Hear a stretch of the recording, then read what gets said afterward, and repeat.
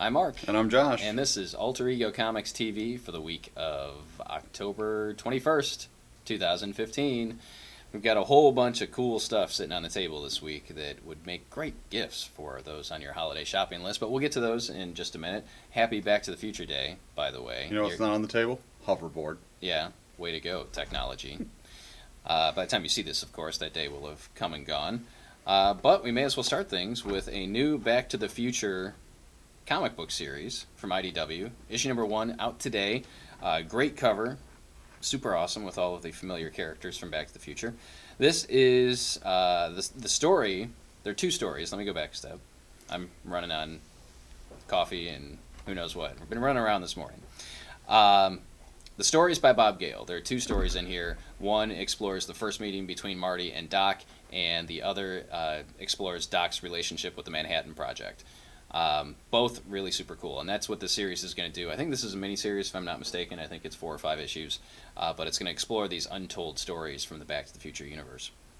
So, Back to the Future writer Bob Gale, who wrote all 3 Back to the Future films, along with Robert Zemeckis, is doing the story here.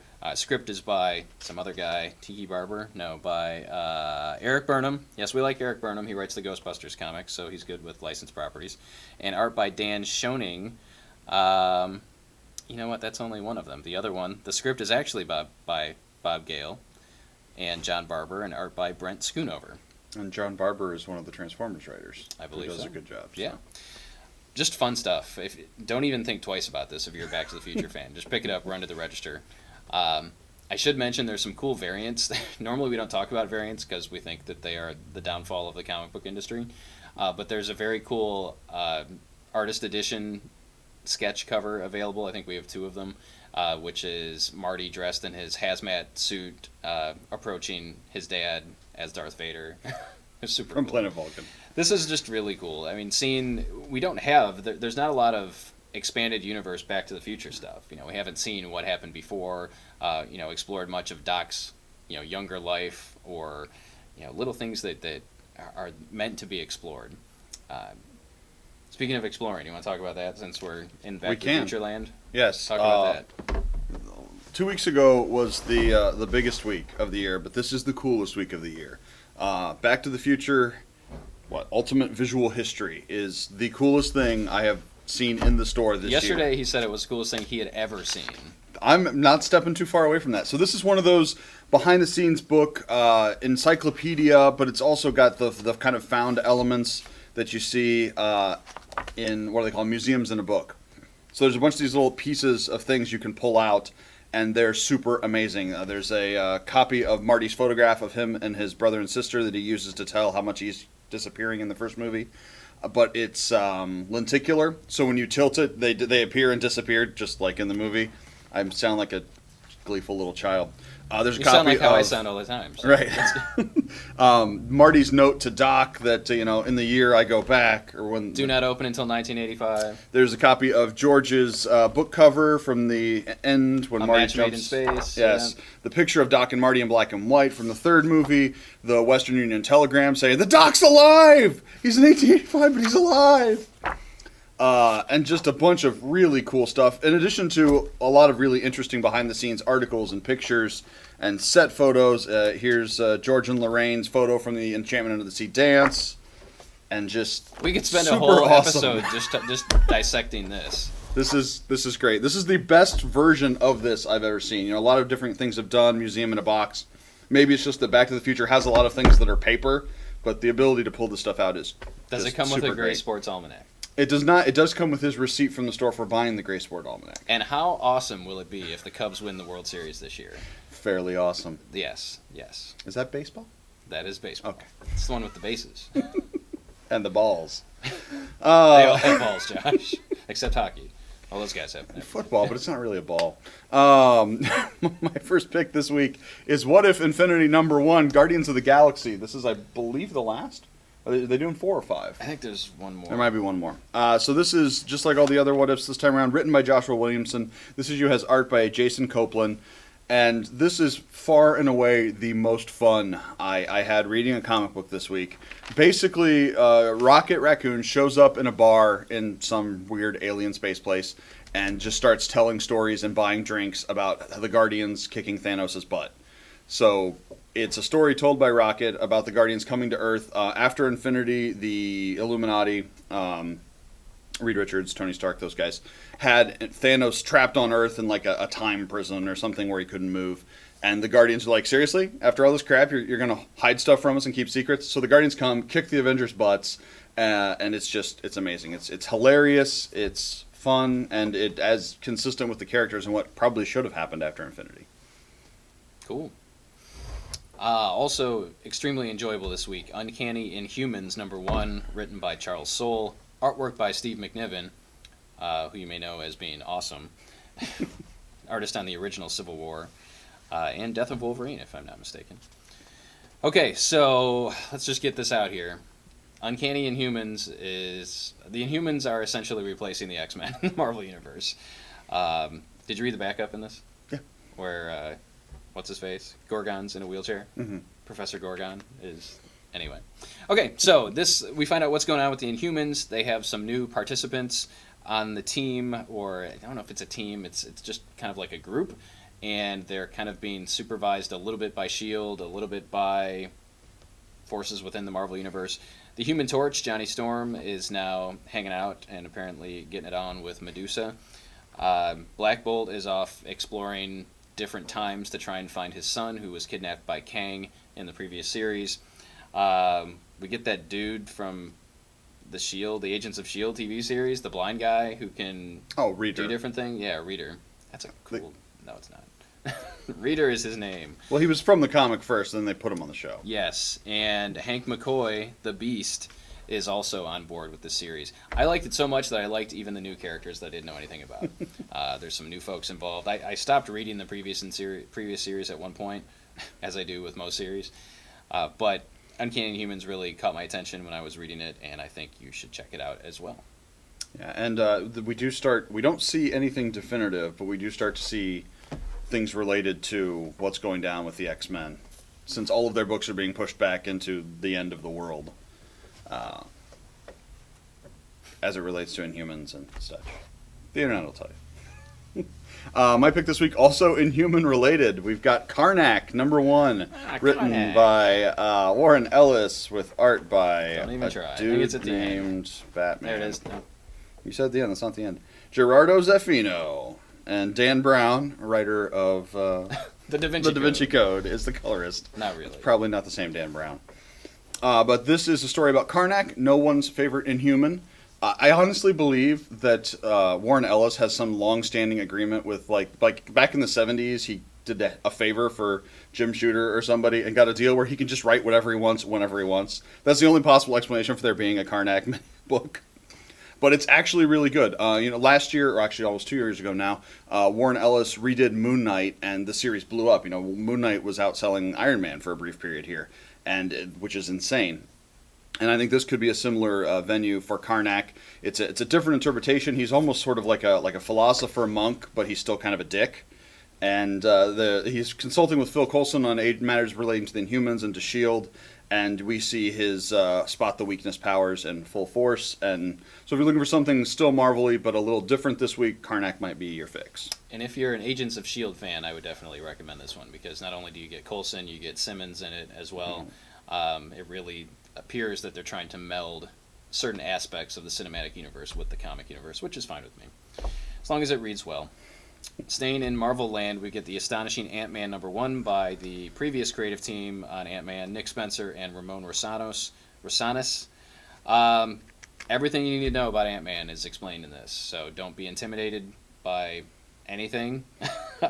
If you're looking for a fun book, and Nick Spencer is turned out to be the king of fun books, who would have thought? This is it. You find out all you need to know. Ant-Man is a cool guy. He's trying to be a good dad while protecting his family. He's a small business owner. I can relate. I'm a cool dad. I'm a small business owner. Former felon? No? Yes, did time. I cannot shrink or grow.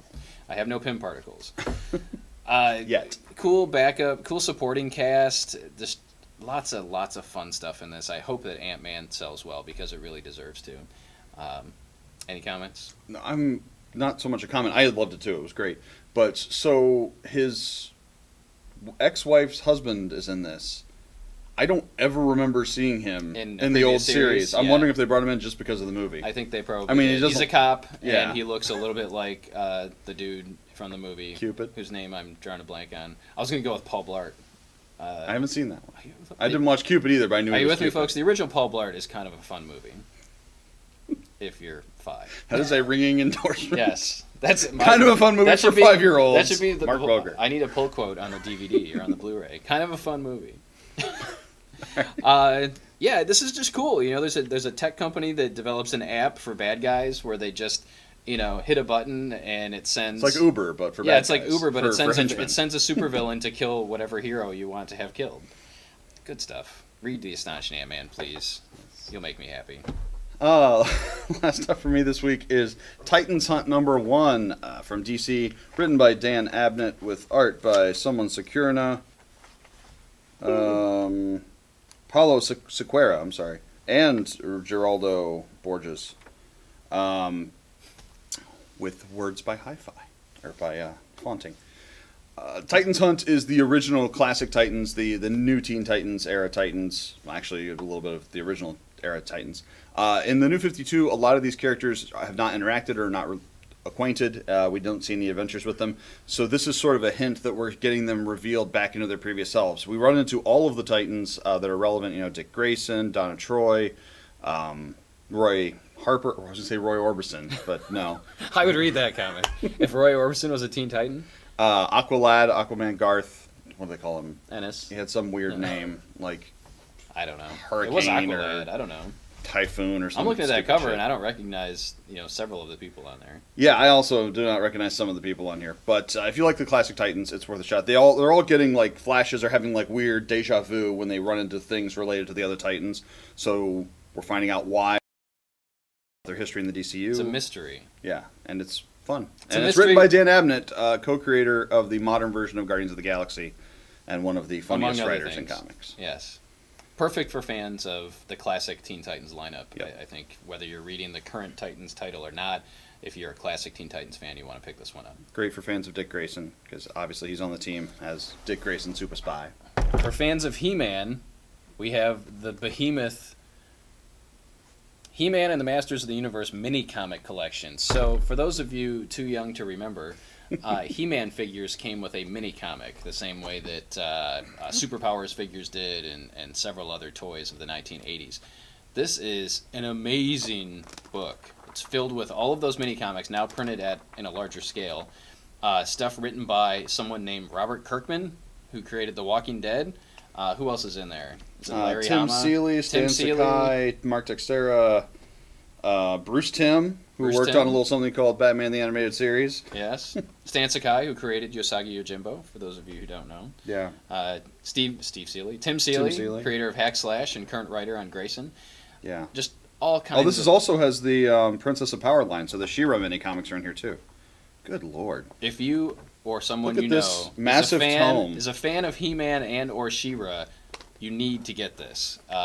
Possibly save it as a Christmas gift because they will be blown away and probably weep openly when you give it to them. And you want people weeping at Christmas. Yes. Yes, so 1,232 pages of He-Man mini comics, hardcover, cloth bookmark, $29.99.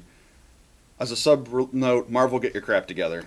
Dark Horse is doing awesome They could have oversized called this hardcovers. the He-Man Omnibus, the He-Man mini comic Omnibus. Just so cool.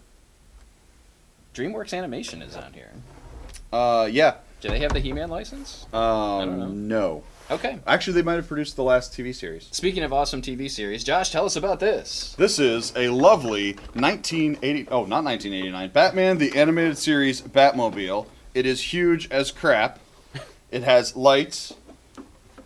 Interior lights as Interior well. lights. The dashboard Yes, lights the up. whole cabin is cool. They've got actual seatbelts that will snap in and lights that glow on your figures when you put them in there. This is for the 6-inch scale Batman the Animated Series figures they've been doing for the last year or so, and it is just inestimably cool. You can fit 2 action figures from the current Batman animated New Batman Adventures line in here. Just so amazing. I think you can. Yeah, no, you can't do that. No. You can't shift I broke it. Oh, I crap. didn't No. break it. This is the thing to get for a Batman fan this year for the holidays. We're going to have this out on display in the shop because it must be displayed. It must be freed from its plastic and cardboard prison and set out for all to see. Super, super cool. And if you haven't been buying the figures, this may push you towards that because you want to have a Batman and Robin to ride in your super cool Batmobile. Well done, DC. Every once in a while, you do something right. So, that's it. There's more cool stuff, really. Just an amazing week of comic and non-comic material as we charge headlong towards the Christmas season. All kinds of awesome stuff. Yeah. Anything we need to ask? No? Any questions? If you could be trapped on a desert island with only one member of ABBA, which member would it be? These are the things that keep him up at night. Which Muppet do you most closely identify with? Gonzo. That's easy. All All right. right. Sam the Eagle. Fine. If you liked this week's crazy episode, give us a thumbs up on YouTube, please. And leave a comment, say something, say hi. Share it with any like-minded folks that you know because we want to introduce comics that are awesome to everybody, as many people as possible, and get them reading comics. Thanks for watching. We will see you next time.